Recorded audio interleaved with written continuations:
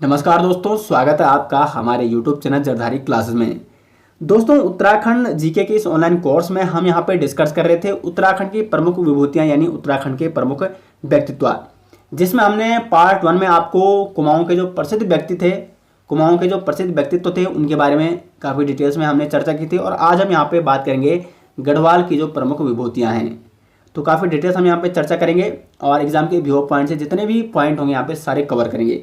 लेकिन उससे पहले आपको बता दें यहाँ पे कि हमारी जो ये उत्तराखंड जीके की जीके कोर्स है, जो सीरीज़ है ऑनलाइन सीरीज, इसके जो सारी वीडियो इससे पहले अभी तक बनाई गई है, लगभग 100+ वीडियो हम बना चुके हैं यहाँ पे।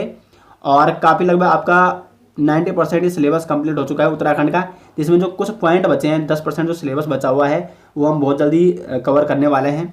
लेकिन जो नए अभ्यर्थी जुड़े हैं, जो पुराने अभ्यर्थी उनको तो खैर पता है, लेकिन जो नए अभ्यर्थी जुड़े हैं वो कई बार कमेंट करते हैं कि सर हमें पुरानी वीडियो नहीं मिल रही है। तो मैं आपको इस वीडियो के डिस्क्रिप्शन में उस प्लेलिस्ट का लिंक दे दूंगा, तो एक एक कर आप सारी वीडियो आप पे देख सकते हो और नोट्स अपने बना सकते हो। या आप जरधारी क्लासेस चैनल के प्लेलिस्ट में आप जा सकते हो, वहाँ पे आपको मिलेगा Uttarakhand GK online course, free online course, क्योंकि हमारे सारा कोर्स निःशुल्क है और सारी की सारी वीडियो यहाँ पे यूट्यूब में ही अपलोड की जाती है। बहुत सारे व्यक्ति ये भी कमेंट करते हैं कि सर कोई पेड कोर्स है, तो कोई हम पेड कोर्स नहीं चलाते हैं, बिल्कुल निःशुल्क फ्री कोर्स यहाँ पे चलाते हैं और सारी की सारी वीडियो यहाँ पे यूट्यूब पे ही अपलोड की जाती है। तो प्लेलिस्ट में आप जा सकते हो या लिंक मैं आपको दे दूंगा इस वीडियो के डिस्क्रिप्शन में। तो चलिए दोस्तों, आज की वीडियो शुरू करते हैं।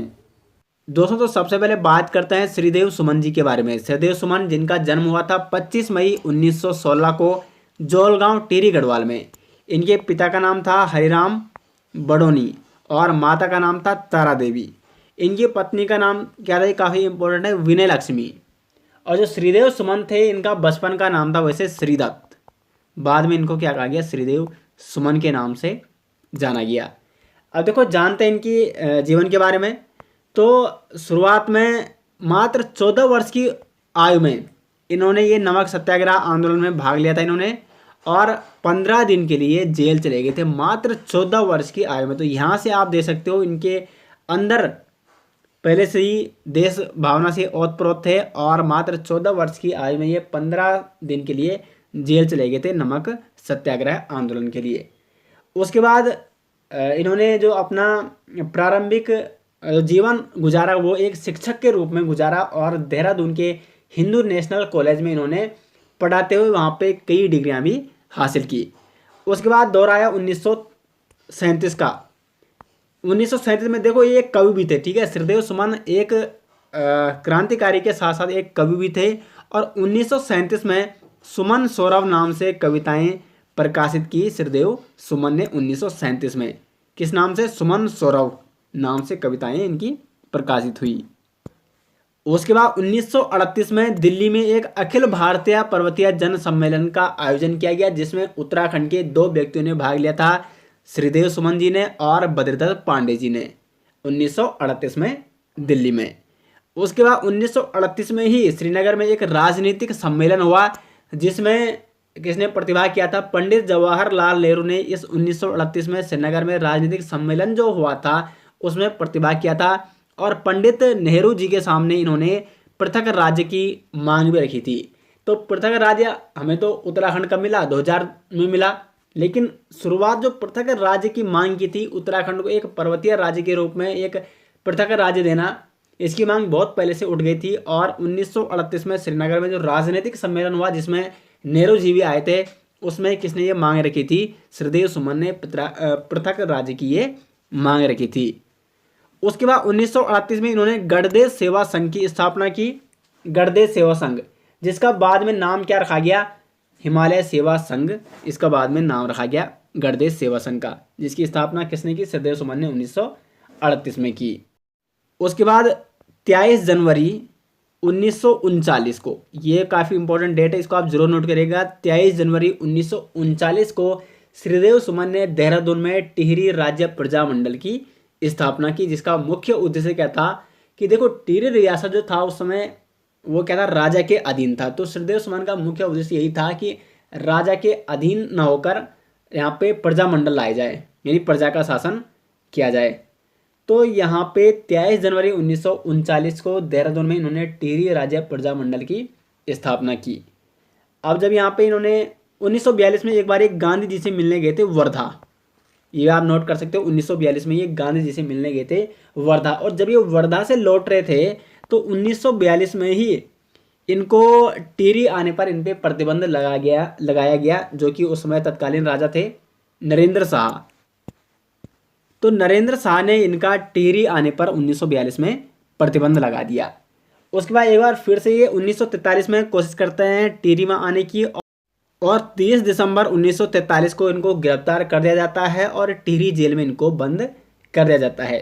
अब इनको यहाँ पे बहुत सारी यातनाएं दी जाने लगती हैं, लेकिन श्रीदेव सुमन कभी टूटते नहीं। उनके शब्द थे, तुम मुझे तोड़ सकते हो, मोड़ नहीं सकते हो। तो एग्जाम में इस प्रकार से क्वेश्चन भी बन सकता है कि ये शब्द किसके थे, यानी ये कथन किसका था, तुम मुझे तोड़ सकते हो, मोड़ नहीं सकते हो। तो ये थे प्रमुख क्रांतिकारी श्रीदेव सुमन जी के। तो ये आपको ज़रूर नोट करना इम्पोर्टेंट है। तो जब ये 30 दिसंबर 1943 को टिहरी जेल में बंद कर दिए गए तो इनको काफ़ी यहाँ पे यातनाएं दी जाने लगी। उसके बाद 21 फरवरी 1944 को श्रीदेव सुमन पर राजद्रोह का मुकदमा चलाया गया। अब जब यहाँ पे इन पर राजद्रोह का मुकदमा चलने लगा तो 29 फरवरी 1944 को, यानी 5-7 दिन, लगभग 8 दिन बाद, हाँ, 29 फरवरी 1944 को श्रीदेव सुमन ने यहाँ पे अनशन आरंभ कर दिया। इन्होंने जो टिहरी का उस समय राजा थे नरेंद्र शाह, उनके सामने इनकी कुछ मांगे थी, लगभग 3 मांगे थी। एक तो जो प्रजामंडल है उसको मान्यता दी जाए, यानी यहाँ पे राजा का जो शासन है उसको समाप्त किया जाए। इनकी दूसरी मांग ये थी कि श्रीदेव सुमन की जो पत्र व्यवहारिता थी, यानी इनका पत्र व्यवहार बिल्कुल समाप्त कर दिया गया था राजा के द्वारा, तो उसको स्वतंत्र किया जाए। और तीसरी जो मांग थी वो थी कि इन पर जो झूठे मुकदमे लगाए गए हैं राजद्रोह के, उनको राजा स्वयं सुने।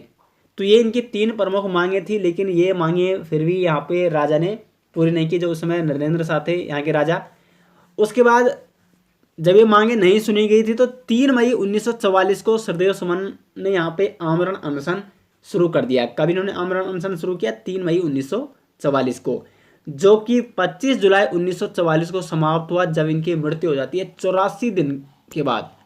यानी 3 मई 1944 को इन्होंने आमरण अनशन शुरू किया और 84 दिनों का इनका ये आमरण अनशन होता है। और उसके बाद 25 जुलाई 1944 को 84 दिन की भूख हड़ताल के बाद श्रीदेव सुमन यहाँ पे शहीद हो जाते हैं। तो 25 जुलाई को यहाँ पे श्रीदेव सुमन बलिदान दिवस के रूप में भी मनाया जाता है। और हाल ही में जो 25 जुलाई थी यानी 2021 को इनका 77वां बलिदान दिवस के रूप में मनाया गया श्रीदेव सुमन जी का। तो 25 जुलाई 1944 को 84 दिन के भूख हड़ताल के बाद इनकी मृत्यु हो जाती है, ये शहीद हो जाते हैं। और इस प्रकार यहाँ पे जब ये शहीद हो जाते हैं तो एक जो जन आंदोलन था टिहरी रियासत में, विशेषकर टिहरी रियासत ही कहूँगा मैं, क्योंकि यहाँ पे ये इनका जो प्रमुख जो इनका टिहरी प्रजामंडल की इन्होंने स्थापना की थी, उसका मुख्य उद्देश्य यही था कि टिहरी में प्रजामंडल की स्थापना करना। तो राजा के खिलाफ यहाँ पे जनता आक्रोशित हो जाती है और जो तत्कालीन राजा थे नरेंद्र शाह, उसके बाद वो इस्तीफा दे देते हैं, यानी उनके जगह राजा कौन बनते हैं? मानेंद्र शाह। और बाद में तो खैर टिहरी रियासत का विलय भी किसमें हो जाता है? भारत में ही हो जाता है। तो टिहरी के लिए और साथ साथ पूरे उत्तराखंड के लिए काफ़ी महत्वपूर्ण योगदान था श्रीदेव सुमन का।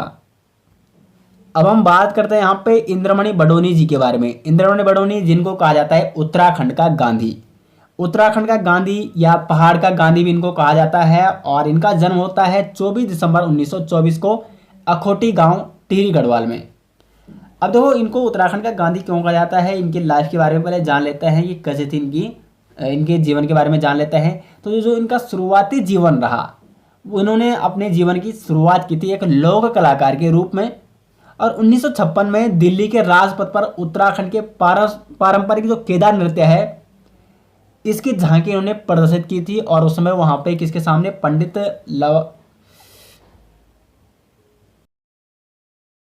तो जानते हैं यहाँ पे इंद्रमणि बडोनी जी के जीवन के बारे में। तो इनका जो शुरुआती जीवन रहा, इन्होंने अपने करियर की शुरुआत की थी एक लोक कलाकार के रूप में। और 1956 में इन्होंने दिल्ली के राजपथ पर उत्तराखंड के पारंपरिक केदार नृत्य की झांकी प्रदर्शित की थी। ये काफ़ी इंपॉर्टेंट फैक्ट है। उत्तराखंड का जो पारंपरिक नृत्य है केदार नृत्य, उसकी इन्होंने झांकी प्रदर्शित की थी 1956 में। किसके सामने? पंडित जवाहरलाल नेहरू जी के सामने, जो उस समय तत्कालीन क्या थे? प्रधानमंत्री थे।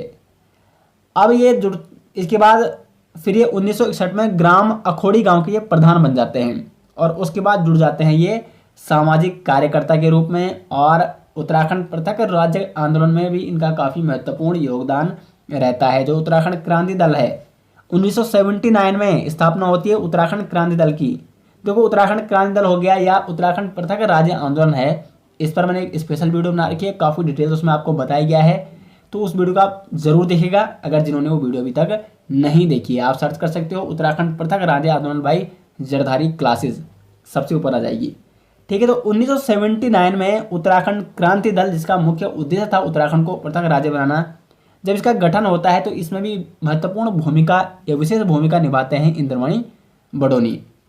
उसके बाद 1988 में घटना याद, यहाँ पे 105 दिनों की पैदल जनसंपर्क यात्रा की थी इंद्रमणि बडोनी ने। अभी जो 105 दिनों की पैदल जनसंपर्क यात्रा थी, इसका मुख्य उद्देश्य ये था कि घर घर जाना और उत्तराखंड राज्य की जो अवधारणा है, उत्तराखंड को एक पृथक राज्य बनाने की जो अवधारणा है, उस अवधारणा को घर घर पहुंचाना। तो 105 दिनों तक की इन्होंने ये पैदल यात्रा, जनसंपर्क यात्रा संपूर्ण की थी। उसके बाद 7 अगस्त 1994 को पृथक राज्य की मांग हेतु इन्होंने आमरण अनशन यहाँ पे किया था, और 18 अगस्त 1999 को इनका निधन हो जाता है। हमारा राज्य तो उत्तराखंड पृथक राज्य कब बना, 2000 में, जिसमें इंद्रमणि बडोनी जी की महत्वपूर्ण भूमिका थी, लेकिन ये पृथक राज्य नहीं देख पाए। उससे पहले 18 अगस्त 1999 को इंद्रमणि बडोनी, यानी जिनको उत्तराखंड का गांधी कहा जाता है, इनका निधन हो जाता है। अब देखो उत्तराखंड का गांधी इनको किसने कहा था, अमेरिकी अखबार वाशिंगटन ने इनको ये उपाधि दी थी, पहाड़ के गांधी या उत्तराखंड के गांधी की। तो ये भी आप यहाँ पे नोट कर सकते हो। अब हम बात करेंगे उत्तराखंड के तीसरी महान विभूति वीर चंद्र सिंह गढ़वाली जी के बारे में। देखो इनके संबंध में कई बार एग्जाम में क्वेश्चन पूछे जाते हैं। तो वीर चंद्र सिंह गढ़वाली, जिनका नाम था चंद्र सिंह भंडारी, और बाद में इनका नाम पड़ा वीर चंद्र सिंह गढ़वाली। तो जानते हैं चंद्र सिंह भंडारी से चंद्र सिंह गढ़वाली तक बनने की इनकी कहानी। तो इनका जन्म, यानी चंद्र सिंह गढ़वाली जिनका नाम था चंद्र सिंह भंडारी, तो इनका जन्म होता है 25 दिसंबर 1891 को पौड़ी में। इनके पिता का नाम था जलोत सिंह भंडारी। अब देखो शुरुआती जो इनका जीवन रहा, ये लगभग 1914 को, सितंबर 1914 को ये सेना में भर्ती होते हैं। उस समय यहाँ पर किसका शासन था, पूरे उत्तराखंड में, पूरे देश में ब्रिटिश का शासन था। ठीक है, तो 1914 में ये, और किस राइफल में, 2x18 गढ़वाल राइफल में ये भर्ती होते हैं 1914 में। तो जब ये सेना में भर्ती हुए थे 1914 में 2x18 गढ़वाल राइफल में, तो इस समय कौन सा दौर था, प्रथम विश्व युद्ध का दौर था। तो 1915 में इनको भेजा जाता है प्रथम विश्व युद्ध के दौरान फ्रांस में। उसके बाद जब प्रथम विश्व युद्ध के बाद ये वापस आते हैं, तो 1917 में इनको कहाँ भेजा जाता है अंग्रेजों द्वारा, मेसोपोटामिया युद्ध में भाग लेने के लिए। और उसके बाद 1918 में बगदाद की लड़ाई में ये हिस्सा लेते हैं। तो ये तीनों युद्ध आपको जरूर नोट करने हैं। 1915 में प्रथम विश्व युद्ध के दौरान फ्रांस में, 1917 में मेसोपोटामिया युद्ध में भाग लिया, और 1918 में बगदाद की लड़ाई में इन्होंने हिस्सा लिया। इस प्रकार से यहाँ पे क्वेश्चन बन सकते हैं, क्योंकि UKSSC है, कहीं से भी क्वेश्चन आपका बन सकता है। आपको हर चीज़ यहाँ पे पॉइंट बाय पॉइंट नोट करके जरूर जानी है।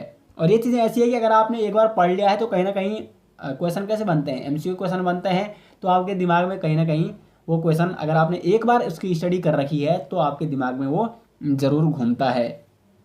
तो ये इनकी लड़ाइयाँ हो गई, कौन कौन सी इन्होंने लड़ाई में पार्टिसिपेट किया। अब क्या हुआ कि जब यहाँ पे प्रथम विश्व युद्ध समाप्त हो जाता है, तो अंग्रेज क्या करते हैं, देखो इस समय जो इनकी रैंकिंग थी, जो पोस्ट थी, वो थी मेजर हवलदार की। लेकिन अंग्रेज क्या करते हैं कि जैसे ही प्रथम विश्व युद्ध समाप्त होता है, बहुत सारे जो भारत के सैनिक होते हैं उनको निकालती है, यानी मतलब सेना से निकाल देती है, और कुछ को जो उनकी बड़ी पोस्ट होती है उनको छोटी पोस्ट देती है, क्योंकि सैलरी कम देनी पड़ी, क्योंकि आप प्रथम विश्व युद्ध तो समाप्त हो जाता है तो इतनी ज़्यादा सेना की ज़रूरत नहीं होती है। तो यहाँ पे इनकी रैंकिंग भी कम की जाती है, इनको भी एक जनरल सेना में, मतलब जनरल सैनिक बना जाता है। उसका विरोध भी करते हैं, लेकिन बाद में इनको कहा जाता है कि आपका ध्यान रखा जाएगा। तो कहीं ना कहीं वहीं से इनकी मतलब एक वो होता है ना कि विरोध उत्पन्न हो गया ब्रिटिशर्स से। उसके बाद काफ़ी समय तक ये अपने गांव में रहते हैं, अपने घर में रहते हैं। अब इनकी लाइफ की, यानी इनके जीवन की जो सबसे महत्वपूर्ण घटना घटती है, वो घटती है 23 अप्रैल 1930 को पेशावर कांड के रूप में। अब देखो, इनको वीर चंद्र सिंह गढ़वाली को साथ साथ इनके साथ 72 गढ़वाली सैनिक थे, ठीक है। इनको भेजा जाता है पेशावर में, वहाँ पे जो अफगान पठान है उनका मतलब उनका जो वहाँ पे आंदोलन था उसको क्या करने के लिए, उसका दमन करने के लिए। तो जब इनको भेजा जाता है वहाँ पे, तो यहाँ पे इनके जो कैप्टन थे उस समय कैप्टन रिकेट इनको आदेश देते हैं वहाँ पे गोली चलाने के लिए। देखो, इस प्रकार से क्वेश्चन बन सकता है एग्जाम में कि वीर चंद्र सिंह गढ़वाली को 1930 के पेशावर कांड में गोली चलाने का आदेश किस अंग्रेज कैप्टन ने दिया था, तो वो दिया था कैप्टन रिकेट ने, ठीक है। तो इनको गोली चलाने का आदेश मिलता है, लेकिन ये वहाँ पे इनकार कर देते हैं कि जो ये निहत्थे अफगान पठान है इन पे हम गोली नहीं चलाएंगे, और साथ ही साथ इनके साथ जो 72 गढ़वाली सैनिक है ये भी इनका इनकार कर देते हैं। अब देखो, सेना में इनकार का मतलब आपको पता है कि उसको माना जाता है सैनिक विद्रोह माना जाता है, और इसका परिणाम इनको भुगतना तो था ही। तो पेशावर कांड जो 23 अप्रैल 1930 को जब घटता है, तो इससे इनको मतलब पूरे देश से इनको काफ़ी सपोर्ट मिलता है, काफ़ी वाहवाही होती है इस मतलब जो इनका निर्णय था, क्योंकि इन्होंने जो निहत्थे अफगान, वो तो कहते निहत्थे थे, अपनी वो कर रहे थे, आंदोलन कर रहे थे, तो उन पर जो गोली चलाने का आदेश दिया गया था उसको एक क्या करते हैं, उसका प्रतिरोध कर देते हैं, विद्रोह कर देते हैं। वहाँ पे इनके साथ 72 गढ़वाली सैनिक भी थे, ये भी आप नोट कर सकते हो। तो उसके बाद यहाँ पे उन पर फिर क्या चलता है, मुकदमा चलाया जाता है, ठीक है। राजद्रोह का मुकदमा चलता है चंद्र सिंह गढ़वाली पर, और साथ ही साथ जो अन्य सैनिक होते हैं वहाँ पे। अब देखो, चंद्र सिंह गढ़वाली को जो सजा दी जाती है शुरुआत में, वो मौत की सजा दी जाती है, लेकिन इनके जो केस था इसकी पैरवी कौन करता है, ये काफ़ी इंपॉर्टेंट है। बैरिस्टर मुकंदी लाल, ये भी उत्तराखंड के हैं, ठीक है। तो बैरिस्टर मुकंदी लाल करते हैं वीर चंद्र सिंह गढ़वाली की पैरवी। जो ये पेशावर कांड नामक घटना घटी थी, इन पर चलाया गया था राजद्रोह का मुकदमा, जिसकी पैरवी कौन करते हैं, बैरिस्टर मुकंदी लाल, ये काफ़ी इंपॉर्टेंट है यहाँ पे। तो उसके बाद इनको क्या दी जाती है, 14 साल की कारावास की सज़ा सुनाई जाती है वीर चंद्र सिंह गढ़वाली को 1930 में। उसके बाद 26 सितंबर 1941 को इनको क्या किया जाता है, रिहा कर दिया जाता है, और जो पहले इनकी सज़ा थी 14 साल, उसको कम किया जाता है 11 साल 63 महीने 18 दिन। तो 11 साल 63 महीने 18 दिन की सज़ा पूरी करने के बाद इनको रिहा किया जाता है 26 सितंबर 1941 को, और 1979 में यहाँ पे वीर चंद्र सिंह गढ़वाली का निधन हो जाता है। देखो, सबसे पहले अगर कहा जाता है कि सबसे पहले जो उत्तराखंड पृथक राज्य आंदोलन और उसकी राजधानी गढ़वाल में हो, ये ख्वाब किसने देखा था, ये ख्वाब देखा था वीर चंद्र सिंह गढ़वाली ने। तो इसीलिए यहाँ पे थोड़ा ये फैक्ट यहाँ पे जान लेते हैं, कुछ महत्वपूर्ण फैक्ट है वीर चंद्र सिंह गढ़वाली जी के बारे में। तो जो पेशावर कांड हुआ था 23 अप्रैल 1930 को, तो इससे मोतीलाल नेहरू इतने प्रभावित हुए थे कि इन्होंने 23 अप्रैल को संपूर्ण देश में गढ़वाल दिवस मनाने की इन्होंने घोषणा की थी 23 अप्रैल को, क्योंकि 23 अप्रैल को ही यहाँ पे पेशावर कांड नामक घटना घटी थी। उसके बाद 23 अप्रैल को चंद्र सिंह गढ़वाली जी की स्मृति में क्रांति दिवस के रूप में भी मनाया जाता है, और 23 अप्रैल को ही 1994 को इनके नाम पर एक डाक टिकट भी जारी किया गया। और जो उत्तराखंड क्रांति दल है यूकेडी, उत्तराखंड क्रांति दल यानी यूकेडी ने 1992 में क्या किया था, हरि सिंह रावत के नेतृत्व में गैरसैंण में राजधानी की नींव रखी, और इसका नाम क्या रखा वहाँ पे, चंद्रनगर रखा। किसके नाम पर, वीर चंद्र सिंह गढ़वाली जी के नाम पर। जैसे मैं आपको पहले बता चुका हूँ, सबसे पहले जो उत्तराखंड पृथक राज्य और उसकी राजधानी कहाँ हो, इन्होंने ये भी सोच लिया था उनकी राजधानी कहाँ हो, गैरसैंण, जो कि कहाँ का मतलब जो एक मतलब पहाड़ी क्षेत्र है, वहाँ पे उसकी राजधानी हो। तो इसीलिए 1998 में उत्तराखंड क्रांति दल ने यहाँ पे राजधानी की जब नींव रखी थी, तो उसका नाम क्या रखा, चंद्रनगर रखा गया था। अब यहाँ पे जो वीर चंद्र सिंह गढ़वाली, इनकी समाधि स्थल है दूधातोली के कोदिया बगड़ में इनकी समाधि स्थल है, और 1 जून 2002 को उत्तराखंड राज्य सरकार द्वारा इनके नाम पर एक स्वरोजगार योजना शुरू की गई थी, चंद्र सिंह गढ़वाली पर्यटन स्वरोजगार योजना। तो चंद्र सिंह गढ़वाली पर्यटन स्वरोजगार योजना कब शुरू की गई, 1 जून 2002 को शुरू की गई थी। ये भी आपको जरूर नोट करना है, इनके नाम पर ही एक योजना है। तो ये थे वीर चंद्र सिंह गढ़वाली, जो कि पेशावर कांड का जिनको नायक भी कहा जाता है। तो इनके लाइफ के बारे में, इनके जीवन के बारे में सभी महत्वपूर्ण फैक्ट पर हम यहाँ पे चर्चा कर चुके हैं। दोस्तों, अब हम यहाँ पे जानते हैं हेमवती नंदन बहुगुणा जी के बारे में। हेमंती नंदन बहुगुणा जो कि एक प्रमुख राजनेता थे। जानते हैं ये कैसे ये इतने बड़े कांग्रेसी नेता बने और बाद में इन्होंने कांग्रेस का विरोध क्यों किया, और साथ साथ ये भी जानेंगे कि इनके नाम पर जो हेमंती नंदन बहुगुणा गढ़वाल यूनिवर्सिटी है, इनके नाम पर वो उसका नाम क्यों पड़ा। तो सारी चीज़ें जानेंगे हम हेमंती नंदन बहुगुणा जी के बारे में। तो हेमंती नंदन बहुगुणा, इनका जन्म हुआ था 25 अप्रैल 1919 को बुधाड़ी गांव पौड़ी गढ़वाल में। ठीक है, पौड़ी गढ़वाल जनपद के अंतर्गत आता है ये गांव। और मृत्यु हुई थी इनकी 17 मार्च 1989 में अमेरिका में। ठीक है, इनकी मृत्यु कहाँ हुई थी? अमेरिका में, एक सर्जरी के ले गए थे अमेरिका, वहाँ पे इनकी मृत्यु हो जाती है। इनके पिता का नाम था रेवती नंदन और माता का नाम था दीपा देवी। बात करें हेमंती नंदन बहुगुणा जी की प्रारंभिक शिक्षा की, तो प्रारंभिक शिक्षा इनकी हुई थी गढ़वाल में, और उसके बाद डीएवी कॉलेज में जो कि देहरादून में है, वहाँ पे इन्होंने आगे की शिक्षा की। और उसके बाद 1937 में ये गए इलाहाबाद यूनिवर्सिटी और वहाँ पे इन्होंने आगे की अपनी उच्च शिक्षा वहाँ पे प्रदान की। लेकिन ये स्वतंत्रता आंदोलन से कब जुड़े? 1942 में, जब देश में भारत छोड़ो आंदोलन चल रहा था, तो 1942 के स्वतंत्रता आंदोलन से जुड़ गए हेमंती नंदन बहुगुणा। उसके बाद यहाँ पे 1952 में सर्वप्रथम ये विधानसभा सदस्य के लिए निर्वाचित हुए 1952 में, और यहाँ से इनका शुरू हुआ राजनीतिक करियर। अब 8 नवंबर 1973 को हेमंती नंदन बहुगुणा बन जाते हैं उत्तर प्रदेश के मुख्यमंत्री। उत्तर प्रदेश के 9वें मुख्यमंत्री के रूप में ये शपथ लेते हैं, और इनका कार्यकाल समाप्त होता है, पहला कार्यकाल 1974 को। ठीक है, 4 मार्च 1974 को। फिर से ये 5 मार्च 1974 को फिर से ये मुख्यमंत्री बन जाते हैं। किसी कारण यहाँ पे क्या ले लेते हैं? इस्तीफा देते हैं, लेकिन फिर से 1974 में क्या बन जाते हैं? मुख्यमंत्री पद की शपथ लेते हैं। और कब तक? नवंबर 1975 तक। अब यहाँ पे लग जाती है देश में इमरजेंसी, इंदिरा गांधी जी के टाइम इमरजेंसी लगती है देश में, और यहाँ पे ये इस्तीफा दे देते हैं। लेकिन यहाँ से शुरुआत क्या होती है कि इनकी कांग्रेस से मतलब अनबन हो जाती है, इंदिरा गांधी जी से इनके मतभेद बढ़ने शुरू हो जाते हैं, और 1977 के जो लोकसभा चुनाव होते हैं वहाँ पे कांग्रेस से ये बगावत कर देते हैं, और यहाँ पे एक नई पार्टी का ये गठन करते हैं, कांग्रेस फॉर डेमोक्रेसी पार्टी। तो कांग्रेस फॉर डेमोक्रेसी पार्टी का गठन किया था हेमंती नंदन बहुगुणा, इनके साथ भी कई अन्य लोग थे। और ये मतलब ये पार्टी का गठन क्यों किया? क्योंकि इन्होंने कांग्रेस से बगावत यहाँ पे कर दी है, इंदिरा गांधी जी से इनके काफ़ी मतभेद बढ़ जाते हैं। अब 1977 के लोकसभा चुनाव में इंदिरा गांधी हार जाती है, और पीएम कौन बनते हैं, यानी प्रधानमंत्री कौन बनते हैं? मोरारजी देसाई। और मोरारजी देसाई जब प्रधानमंत्री रहते हैं तो उनके नेतृत्व में ये केंद्र में मंत्रिमंडल इनको मिल जाता है। देखो, इन्होंने कांग्रेस छोड़ दी, ठीक है, तो कांग्रेस वैसे भी उस समय हार जाती है इंदिरा गांधी, और इस समय प्रधानमंत्री कौन बन गए? मोरारजी देसाई, और ये उन्हीं के पार्टी से रहते हैं, तो इनको दिया जाता है मंत्रिमंडल का पद, और ये बनते हैं 1977 में केंद्रीय मंत्रिमंडल में पेट्रोलियम, रसायन तथा उर्वरक मंत्री। ठीक है, तो केंद्र में ये मंत्री बन जाते हैं, और उस समय प्रधानमंत्री कौन होते हैं? मोरारजी देसाई। उसके बाद 1979 में जिस समय प्रधानमंत्री कौन होते हैं देश के? वो होते हैं आपके चौधरी चरण सिंह। तो इनके कार्यकाल में ये जब चौधरी चरण सिंह पीएम होते हैं तो इनके कार्यकाल में केंद्रीय वित्त मंत्री बनाए जाते हैं 1979 में हेमंती नंदन बहुगुणा।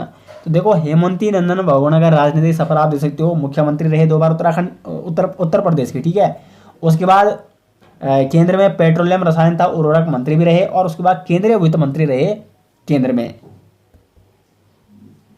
उसके बाद यहाँ पे जो जनता दल पार्टी होती है वो टूट जाती है, बिखर जाती है, और फिर से इनके वापसी होती है कांग्रेस में 1980 में। लेकिन अभी भी इनका मतभेद था कांग्रेस से, फिर ये कांग्रेस से अलग हो जाते हैं, और 1984 में लोकदल के उम्मीदवार के रूप में ये चुनाव लड़ते हैं विधानसभा का। कहाँ पे? इलाहाबाद में। किसके खिलाफ? अमिताभ बच्चन के खिलाफ। अमिताभ बच्चन वहाँ पे उस समय कांग्रेस की तरफ से लड़ते हैं, और ये चुनाव लड़ते हैं लोकदल के उम्मीदवार के रूप में।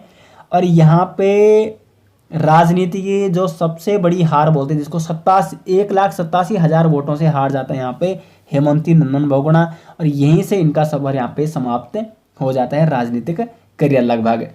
उसके बाद 17 मार्च 1989 में हेमंती नंदन बहुगुणा का लंबी सर्जरी के बाद अमेरिका में इनका निधन हो जाता है। अब देखो, इन्हीं के नाम पर है जो गढ़वाल की यूनिवर्सिटी हेमंती नंदन बहुगुणा गढ़वाल यूनिवर्सिटी के बारे में आप सभी ने सुना होगा।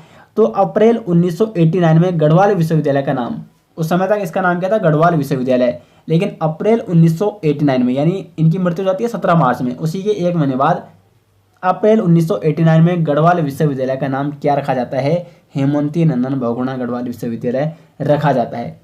अब देखो आप सोच रहे होंगे कि इनके नाम पर ये क्यों रखा गया, क्योंकि जब स्टेबलाइज यानी जब इसकी स्थापना हुई थी, गढ़वाल यूनिवर्सिटी कब स्थापित हुई थी? 1973 में। और उस समय यूपी के मुख्यमंत्री कौन थे? हेमवती नंदन बहुगुणा। तो उन्हीं के कार्यकाल में, क्योंकि उस समय उत्तराखंड भी किसमें था? उत्तर प्रदेश में ही था। तो इन्हीं के कार्यकाल में गढ़वाल यूनिवर्सिटी की स्थापना होती है। कुल मिला के इनकी एक देन मानी जाती है इसको। तो इसीलिए 1989 में जब इनकी मृत्यु हो जाती है तो इन्हीं के नाम पर गढ़वाल विश्वविद्यालय का नाम क्या कर दिया जाता है? हेमवती नंदन बहुगुणा कर दिया जाता है। इनकी एक पुस्तक भी है यहाँ पे, ये भी आप नाम कर सकते हैं, इंडियन नाइज हम पुस्तक। तो इंडियन नाइज हम पुस्तक ये किसकी? ये है आपकी हेमवती नंदन बहुगुणा जी की। अब हम यहाँ पे जानते हैं गढ़वाल की एक प्रमुख अन्य विभूति अनुसुईया प्रसाद बहुगुणा, जिनको गढ़ केसरी के नाम से भी जाना जाता है। तो अनुसुईया प्रसाद बहुगुणा यानी गढ़ केसरी जी का जन्म हुआ था 18 फरवरी 1864 को नंदप्रयाग चमोली में, और इनका निधन हुआ था 23 मार्च 1943 को। पेशे से एक वकील और एक समाज सेवी थे और कांग्रेस से भी ये जुड़े हुए थे।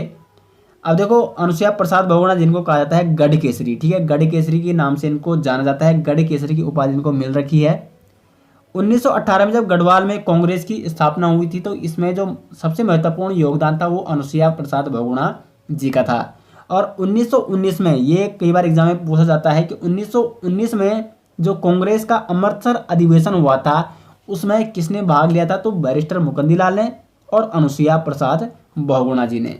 तो इन दो व्यक्तियों ने यहाँ पे भाग लिया था 1919 के कांग्रेस के अमृतसर अधिवेशन में।